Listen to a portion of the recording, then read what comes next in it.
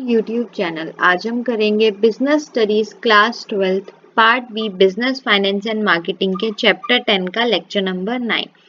आज के लेक्चर में जो हम टॉपिक कवर करेंगे वो होगा स्टॉक एक्सचेंज इन इंडिया कि इंडिया में कौन कौन से स्टॉक एक्सचेंजेस हैं। तो चलिए बिना देरी के अपने आज के लेक्चर को स्टार्ट करते हैं। Prominent stock exchange in India, India में कौन कौन से स्टॉक एक्सचेंज है? Bombay stock exchange, Calcutta stock exchange, Delhi stock exchange, Madras stock exchange, Bangalore stock exchange, Ahmedabad stock exchange, Hyderabad stock exchange, national Stock Exchange of India, over the Counter Exchange of India. हम जो आज के topic में कवर करेंगे वो होगा National Stock Exchange of India और Over the Counter Exchange of India. तो चलिए पढ़ते हैं क्या है, फीचर्स क्या होते हैं इन दोनों स्टॉक एक्सचेंज के। सबसे पहला नेशन वाइड कवरेज, NSEI और OTCEI जो है इनका नेशन वाइड कवरेज है। पूरे नेशन में कहीं से भी आप इनके थ्रू शेयर्स की डीलिंग कर सकते हैं। Prior of these two stock exchange, all stock exchange in India were started to operate in a limited geographical area. इन दोनों से पहले जितने भी ऊपर लिखे हुए स्टॉक एक्सचेंजेस हैं वो सिर्फ जियोग्राफिकल एरिया, जिस एरिया में वो लोकेटेड है वहीं के ही शेयर और डिबेंचर्स में डील करते हैं। Ringless. The NSEI and OTCR are ringless stock exchange that there is no trading hall in the stock exchange for buying and selling. Trading tin securities takes through large network of computer. ये जो trading होती है NSEI और OTCI की, ये large network के through होती है। इसमें ऐसा नहीं है कि आपको फिजिकली वहां पे भी अवेलेबल होना पड़ता है, आपको कंप्यूटर के थ्रू सारी डिटेल्स आ जाती हैं और सारी डिटेल्स आप उसमें इनपुट कर सकते हैं और शेयर या डिबेंचर को बाय या सेल कर सकते हैं। स्क्रीन बेस्ड ट्रेडिंग, जितनी भी ट्रांजैक्शन होती है NSEI और OTCI की वो सारी इलेक्ट्रिकली कंडक्टेड की जाती हैं and trading is full computerise. जितनी भी ट्रेडिंग होती है वो सारी कंप्यूटराइज होती है। मतलब अगर एक सेल A पर्सन से B पर्सन पे जा रहा है तो ऑटोमेटिकली वो क्या हो जाएगा आपके सिस्टम में, मतलब आपके इन द सेंस NSEI और OTCI के सिस्टम में रिफ्लेक्ट करेगा। अगर वो A पर्सन से B पर्सन पर जा रहा है तो वो भी क्या हो जाएगा वहां पे ऑटोमेटिकली फेच कर लेगा सिस्टम, क्योंकि वो सारी चीजें ऑटोमेटिकली इलेक्ट्रिकली कंडक्ट की जाती हैं।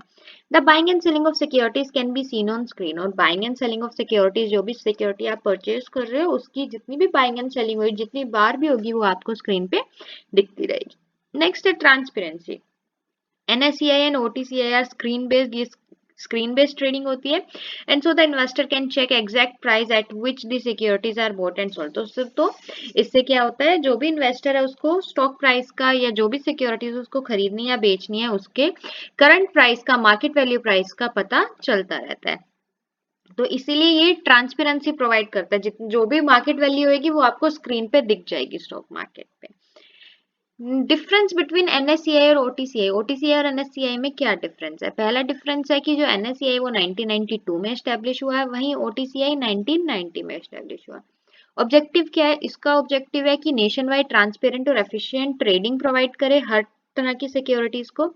और इसका है कि उन एक्सचेंज को इस तरीके से एक एक्सचेंज का काम करे जो छोटी कंपनीज के लिए होता है। सिक्योरिटीज ट्रेडेड, कौन कौन सी सिक्योरिटीज? बोथ कैपिटल और मनी मार्केट दोनों की सिक्योरिटीज यहाँ पे ट्रेड होती हैं, लेकिन OTCI में सिर्फ और सिर्फ कैपिटल मार्केट की होती है। सेटलमेंट साइकिल क्या होती है?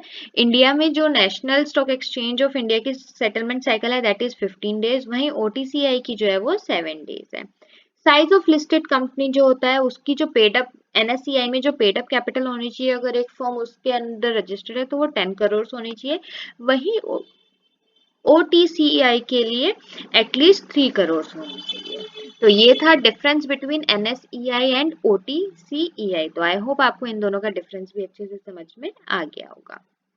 नेक्स्ट आता है ट्रेडिंग प्रोसीजर। कैसे हमारे इंडिया में स्टॉक एक्सचेंज काम करता है या कैसे क्या क्या ट्रेडिंग प्रोसीजर किस कहाँ से स्टार्ट होता है, कहाँ पे जाके खत्म होता है और क्या क्या मिडिल पॉइंट्स होते हैं जो एक इन्वेस्टर को ध्यान में रखने होते हैं या परफॉर्म करने होते हैं। तो सबसे पहला आता है सिलेक्शन ऑफ ब्रोकर। अगर आप इन्वेस्टर हो तो आपको ब्रोकर सिलेक्ट करना पड़ेगा। ऐसा ब्रोकर होना चाहिए जो स्टॉक एक्सचेंज में रजिस्टर होना चाहिए।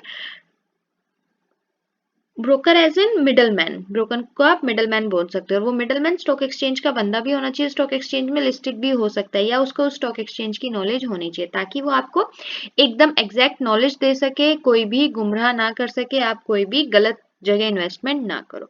तो सबसे पहला होता है कि selection of broker. In order to trade on stock exchange first a broker is select. सबसे पहले ब्रोकर सिलेक्ट किया जाता है। Who should be a member of stock exchange, जो स्टॉक एक्सचेंज का मेंबर होना चाहिए। As they can only trade on stock exchange, तभी वो स्टॉक एक्सचेंज में क्या कर पाएंगे, ट्रेड कर पाएंगे। नेक्स्ट जो हमारा आता है पॉइंट, नेक्स्ट स्टेप जो आता है इस ट्रेडिंग प्रोसीजर में, that is placing the order. अब आपने ब्रोकर ढूंढ लिया, ब्रोकर ने आपको डील दे दी। अब after selecting a broker the investor specify the type and number of security they want to buy और सेल। अब क्या होगा, जो भी बायर या सेलर होगा, जिसने भी ब्रोकर सिलेक्ट किया, वो क्या कहेगा, बताएगा कि भाई मुझे इतने, ये वाली मेरी सिक्योरिटी है, ये मेरा शेयर है या डिबेंचर है या बॉन्ड है या कमर्शियल पेपर है, जो भी है उसको मुझे इशू करना है या परचेज करना है, और मेरे पास इतना एफिशिएंट फंड्स है। तो उसके बाद वो क्या करेगा, ब्रोकर को अपना ऑर्डर देगा। उसके बाद एग्जीक्यूटिंग दी ऑर्डर। अब ब्रोकर क्या करेगा, वो सिक्योरिटीज को बाय या सेल करेगा जो भी इन्वेस्टर की इंस्ट्रक्शंस होंगी उनके अकॉर्डिंग। ऐसा नहीं कि इन्वेस्टर ने बोला है कि मैं 10 रुपीज पर शेयर बेचूंगा और ब्रोकर जो है वो 8 रुपीज पर शेयर बेच रहा है, लेकिन वो ज्यादा का बिकवा सकता है तो उसको ज्यादा कमीशन मिलेगी, लेकिन कम का नहीं होना चाहिए।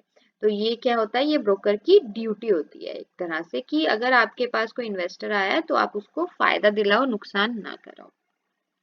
फिर जब ऑर्डर एग्जीक्यूट ही हो जाता है, वो सेल और परचेज करवा ही देता है, तो उसके बाद जो मेन चीज आती है दैट इज सेटलमेंट। अब सेटलमेंट भी तो होगी ना, तो उसमें क्या होता है, ट्रांजेक्शन ऑन स्टॉक एक्सचेंज में be carried out on either cash basis और कैरी ओवर कैशलेस बेसिस। जो भी ट्रांजैक्शन होती है स्टॉक एक्सचेंज में वो कैश के बेसिस पे भी हो सकती है, क्योंकि लिक्विडिटी मैटर करती है। तभी कोई लोग अपने फंड्स को रेज करेंगे, कैपिटल रेज करना चाहेंगे, जब उनके पास लिक्विडिटी नहीं होगी फंड्स की। The time period for which the transaction are carried forward is referred to as the account which very from fortnight to a month. अगर किसी को ट्रांजेक्शन को चेंज करना है तो वो फोर्टनाइट से क्या हो सकती है, विद इन अ मंथ भी कन्वर्ट हो सकती है। तो ये सेटलमेंट होती है।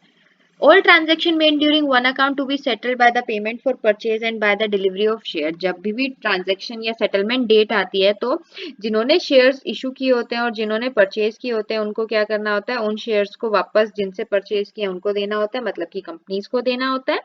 और कंपनीज की क्या ड्यूटी होती है, कि कंपनी की ड्यूटी होती है कि वो कंपनी को क्या दे दे, पैसा। इंडिविजुअल जिनसे उन्होंने बोरो किया है शेयर को देके उनको वो पैसा वापस कर दे, फाइनल पेमेंट कर दें। वो सर्टिफिकेट्स का डिपॉजिट या शेयर्स का डिपॉजिट कराना बहुत इंपॉर्टेंट होता है। क्यों? क्योंकि वो एक प्रूफ होता है कि हाँ आपने हमारे साथ डीलिंग की थी। तो इसीलिए वो इंडिविजुअल ओनरशिप ऑफ सिक्योरिटी का एक प्रूफ होता है, वो डिपॉजिट कराना बहुत जरूरी होता है at the time of settlement. Earlier, trading on stock exchange took place through public outcry or auction system, which is now replaced by an online screen-based electronic trading system. पहले manually सारा काम होता था, अब सब कुछ ऑनलाइन ट्रेडिंग सिस्टम पे होता है। Moreover, to eliminate the problem of theft, forgery, transfers, delays, etc., an electronic book entry from a holding and transferring securities has been introduced.